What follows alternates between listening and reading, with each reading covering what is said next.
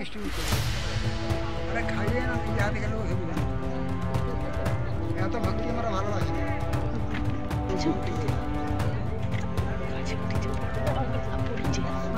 दीदी को लास्ट আরে বেটা ধরেই তো বলা উচিত ছিল এরপরে সাইলেন্ট ভাইকে ধরলে আমরা রসগোল্লা দেব ওই ওপা জেলে বাসা থেকে এসে পাটে রাজা খাই দিবে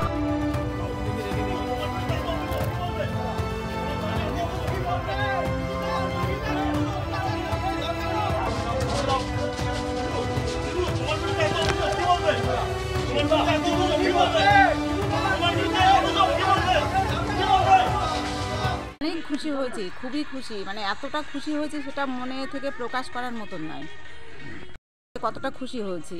আর শাহজাহান শেখ যেদিন ধরা পড়বে সেদিন আরও খুশি, মানে যেখানে সেখানে যত মানুষ আছি আমরা সব পিকনিক করব, খোলা মনে পিকনিক করব। কাল যখনই শুনেছি যে শিবু হাজরা গ্রেপ্তার হয়েছে মনের মধ্যে একটা ছিল কিন্তু যে পুলিশ এই খুঁজে পাচ্ছে না, কিন্তু হঠাৎই তাকে গ্রেপ্তার করলো, আবার এই দুদিন পরে ছেড়ে দেবে না তো এই ভয়টা ছিল। কিন্তু তার ভিতরেও আনন্দ আছে, প্রচুর আনন্দ।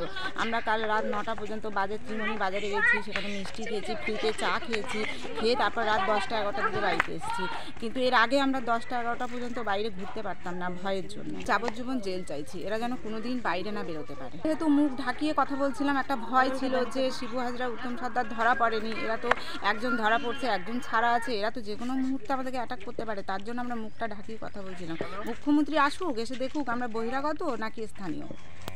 আমরা রেশন কার্ড দেখাবো, আধার কার্ড দেখাবো, ভোটার কার্ড দেখাবো, সব কিছুই দেখাবো। আজ শিবু হাজরা ধরা পড়েছে, একটা সাহস এসছে আমাদের মনে। কোনো দলের কোনো প্রার্থী নেই, একমাত্র দিদির দল ছাড়া আদার্স কোনো দল নেই। আর আমরা টিএমসি করি, 20 বছর ধরে টিএমসি করছি, টিএমসি করে যাচ্ছি। তাহলে দিদি বলেন কি করে এই কথাটা যে আমরা অন্য দলের করি, আমরা আর এখানে আরএসের বাসা আছে, এই কথাটা বলছেন কি করে স্বয়ং মুখ্যমন্ত্রী হয়ে? আমরা তো অন্যায়ের প্রতিবাদ করেই আজকে আন্দোলনে নেমেছি। আর এই শাহজাহান শেখ এখন যতদিন না ধরা পড়বে আমাদের আন্দোলন চলবে, এ থামবে না। আমরা আমাদের আন্দোলন চালিয়ে যাব যতদিন না শেখ শাহজাহান ধরা পড়বে। কিন্তু পুরোটা খুশি হয়নি। যদি বলেন কেন আজকে ধরেছে কালকে ছেড়ে দিবে, কেননা ওদের হাতে দিদি তো সব কলকাঠি নাড়ছে। আজকের ওই খুলনার যে ছেলেটা মারা গেল, হতে কষ্টের মাল তার কল শূন্য করেছে, কোনো প্রতিবাদ হয়েছে? এই প্রতিবাদটা কে করেছে? কোনো পার্টি করেনি, মহিলা সমিতিরা সব গিয়ে পার্টি করেছে। কোনো ফ্ল্যাগ ছিল মেয়েদের হাতে? না বিজেপির ফ্ল্যাগ, না তৃণমূলের ফ্ল্যাগ, না সিপিএমের ফ্ল্যাগ ছিল। নির্দোষী লোকগুলোকে নিরাপদ সর্দার আর এই বিকাশ সিংকে ধরে নিয়ে গেল, কোন কারণে ধরে নিয়ে গেল? সবাই যেটা বলবে সেই শাস্তিটা আমরাও চাই। যত মেয়েরা বলবে যে শাস্তিটা চাইবে, আমারও মনে সেই শাস্তিটা চাইবে। যা অত্যাচার মানুষের অত্যাচার করেছে, যা শিবু সব প্রত্যেক কথাটাই ও শুধু বলে যে শাহজাহান ভাইকে যাও, ভাইয়েরকে যাও। থানায় যাচ্ছে, থানায় বড়বাবুরা দারোগারা ইয়ে করছে যে আমাদের কিচ্ছু করার নেই, আমাদের হাত পা বাঁধা, আপনারা উপর মহলে যান, আমাদের কিচ্ছু করার নেই মা বাবা। তাহলে পুলিশকে তো ওরাই উসকে এইরকম করেছে, পুলিশ কি করতো? ওই দিদি ভাই এইরকম করছে। আজকের পুলিশের কি ক্ষমতা আছে? ওই বিডিও সাহেবকে তুলে মারলো, কেউ প্রতিবাদ করেনি। কি জন্য মেয়েরা বেরিয়েছে? কোনো পার্টির থেকে বেরিয়েছে? কোনো পার্টির থেকে পেয়ে মেয়েরা যখন বেরিয়েছিল দেখেছ? ওই জন্য তো ভালো পুলিশ প্রশাসন সব দিদির হাতে। আসল লোককে তো তুলতে পারছে না, তুলতে পারে না পুলিশ। দিদির জন্যই তো পুলিশ তুলতে পারছে না শাহজাহানকে। अरे खाइए ना याद कर लो या तो भक्ति हमारा भालो আছে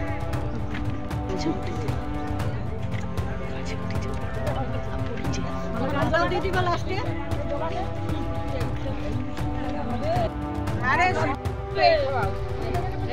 বেটা ধরেই তো বলা উচিত ছিল এরপরে সাইলেন্ট ভাইকে ধরলে আমরা রসগোল্লা দেব ওই ওপা জেলে বাসা থেকে এসে পাটে রাজা খাই দিবে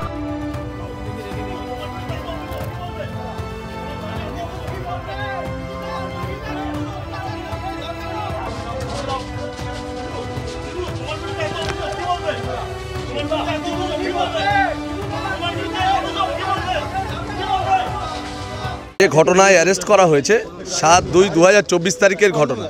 এই ঘটনায় রেখাপাত্র অভিযোগ করেছিলেন যে ওই দিন বিকেল 3টের সময় 7/2/2024 তারিখে 3টের সময় একটা র্যালি যাচ্ছিল। সেই র্যালিতে যখন যাচ্ছিল তখন ওনার মেয়ে খেলছিল, তাকে উনি নিতে এসেছিলেন।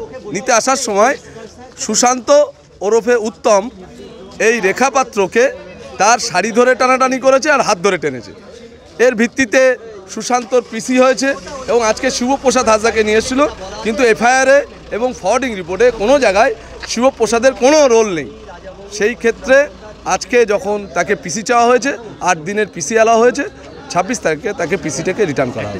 আপনারা বলছিলেন সাজানো ঘটনা, সাজানো তো বটেই, কারণ ঘটনা হচ্ছে 7 তারিখে, এই কেসে 164 হচ্ছে 15 তারিখে এবং 376D এবং 307 অ্যাডিং সেকশন হচ্ছে 16 তারিখে। তাহলে সাজানো ঘটনা, প্রকাশ্য রাস্তায় ঘটনা ঘটছে। 7/2/2024 তারিখে রাস্তার ওপরে ঘটনা, তাকে হাত ধরে টেনেছে। তাহলে হাত ধরে টানার পরে 180 ডিগ্রি কী করে সেটা সুইম করছে?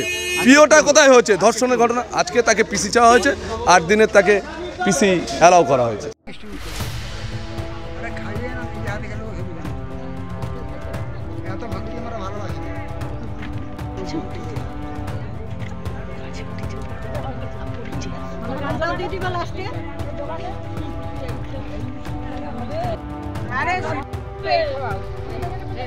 এটা ধরেই তো বলা উচিত ছিল।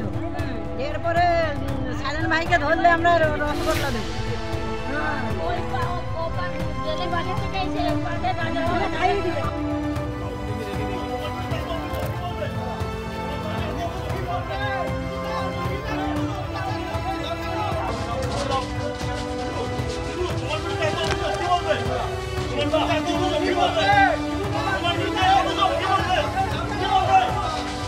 অনেক খুশি হয়েছি, খুবই খুশি, মানে এতটা খুশি হয়েছে সেটা মনে থেকে প্রকাশ করার মতন নয়। কতটা খুশি হয়েছি।